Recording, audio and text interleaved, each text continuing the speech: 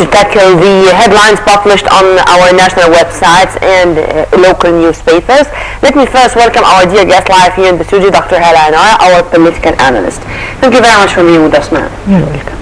And we are going to start as usual from Al-Ahram, where we read. Governmental measures to protect the poor. Mahlab says getting closer with Russia will not be on the cost of our ties with other countries. Within hours, Prime Minister Engineer Ibrahim Mahlab is to present a report to President Abdel Fattah al-Sisi tackling the outcome of his recent visit to the United Arab Emirates. The Prime Minister will also convey a message from Sheikh Mohammed bin Zayed Al Nahyan to the head of the state. And let me move to the coming headline, also tackling the same issue with the statements of the Prime Minister. Mahlab predicts that the Egyptian Premier League would return, and blood of the victims looks for the murderer. The imprisonment of 4 new defendants in the Sunday incidents, and the White Knights refuses the Interior Ministry's securing of the games, and £500 million the loss of the clubs due to the suspension of the Premier League. Ma'am, whenever we are talking about those statements by Engineer Ibrahim Mahlab, in fact he was tackling a lot of issues. But first let's focus, or let's start with what he started with, which are the ties with Russia. And saying this bluntly, that boosting our ties with Russia is not going to affect any other ties. Is this a message? Of course, it's a message that Egypt is balancing its relations with outside world. Russia is an old friend. It helped Egypt a lot many years ago and expected to help Egypt a lot in the coming years. And there's no problem in cementing ties with Russia. Since who are calling themselves friends are working against Egypt. All the time they are working against Egypt. Or at least neglecting our needs. In fact, not neglecting, they are a safe haven to Muslim Brotherhood, they are a safe haven to terrorists who are killing Egyptians and who are attacking Egyptian army and security forces every day. And they say this is democracy.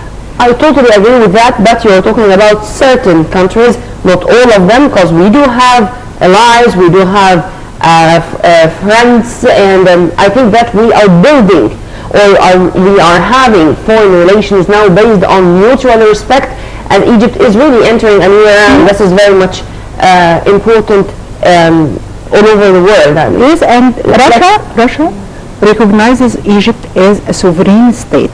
It respects sovereignty of Egypt. It respects what Egypt is doing, the will of Egyptian people. Russia was one of the first countries to support June 30 revolution, saying that it's a revolution of the people. In the contrary, other countries naming themselves friends until now are describing this revolution as a coup d'etat. So it's normal that we cement relations with Russia without hurting our relations with others who are ready to lend friendship hand. Yes. Regarding the Premier League, and after the disaster, and I would call it a disaster, which happened in recently in this match between the Zamalek and MP, to return back to it. First, I don't like to resort to the conspiracy theory, and I don't like also to exaggerate, nor to minimize the tragedy. The decision to return back to the games and with £500 million loss of the clubs due to the suspension, and the White Knights in the same time refusing the Interior Ministry securing of the games. These are, I would say, contradictory news, or this is normal in such incidents? In fact, I would say that human lives are more important than economic loss. I wish that they don't bring this league back until they secure it in a very good way. They need training how to deal with people. It's not normal for that number of people to die for a football match. It never happens anywhere in the world. Then, is it something mixed with politics, as it was on the eve of the Russian President Vladimir Putin's visit to Egypt? I don't think so. It's something that we can say lack of training of security people who are securing the matches. Human life is more important than anything. It's more important than the match. It's more important than any club. It's more important than the economy of any club, no matter how important it is. Amen to that, ma'am. But regarding the normal activities or the social and sports activities which are meant to say that we are living in a country which is, or the citizens are enjoying security and safety and such stuff. This is another message, but the Egyptians, the fans, the ultras, the behavior of the people, don't you think that this is one of the main reasons behind the tragedy? In fact, this is something that changed in Egypt 4 years ago after January 25 revolution. Yeah. There is no fear of the security forces. There is no respect in many places for law. Fortunately. Yes. Back to Al-Ahram, where we read in the front page. Intensive efforts to save the Egyptians kidnapped in Libya. Foreign Ministry spokesperson Ambassador Badruddin Abdulati says that the crisis cell formed to follow up with the developments of the Egyptians who were kidnapped in Libya has been meeting since Friday. Abdulati said that Egypt is in contact with all concerned parties. And still with the same issue, which also dominated the main banner of Al-Masri al-Yawm, where we continue to read. The families of the Egyptians kidnapped in Libya say we want our children or even their bodies. The Foreign Ministry says no evidence that they were executed, and the Libyan Deputy Office says may God have mercy on them.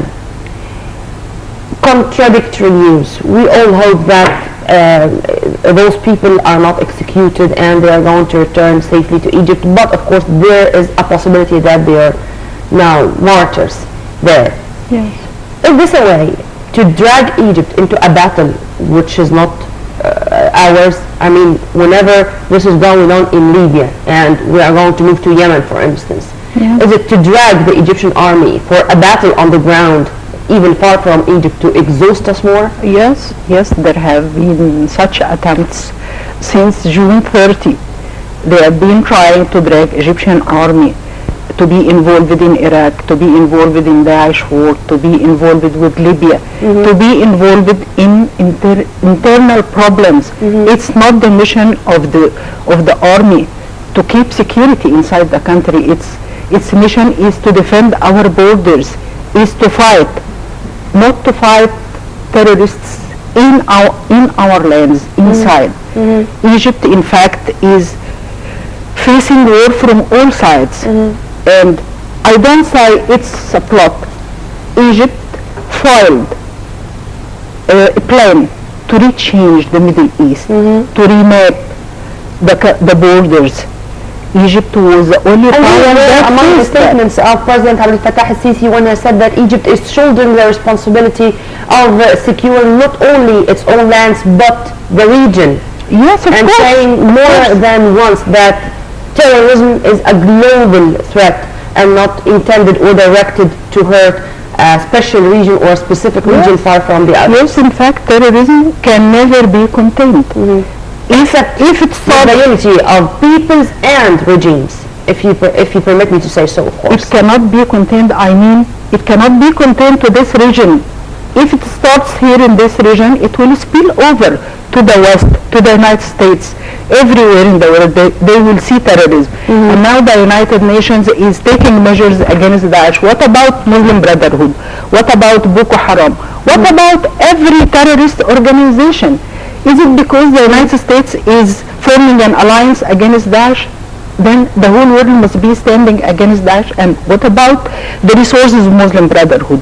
What about the resources of every terrorist organization in the world? But just less than 2 days ago, when the United Nations unanimously agreed that they should draw the sources of finance of the Daesh terrorists to Only Greece. Daesh. Only Daesh. Yes. And I mean, regarding Daesh in specific, they are monitoring or controlling many of the oil resources, whether in Libya or in Iraq, meaning that they are billionaires, and each day they do have a lot of money and they do have a lot of And finance. who is providing this resource? Who is buying the oil? Who is buying the oil? Who is buying? Yes. Who is buying? They are selling and they find buyers. They find buyers. Yes. Who is buying? It's Turkey, the NATO country. Why don't we see that? NATO is another story, and Turkey is NATO. We cannot separate them.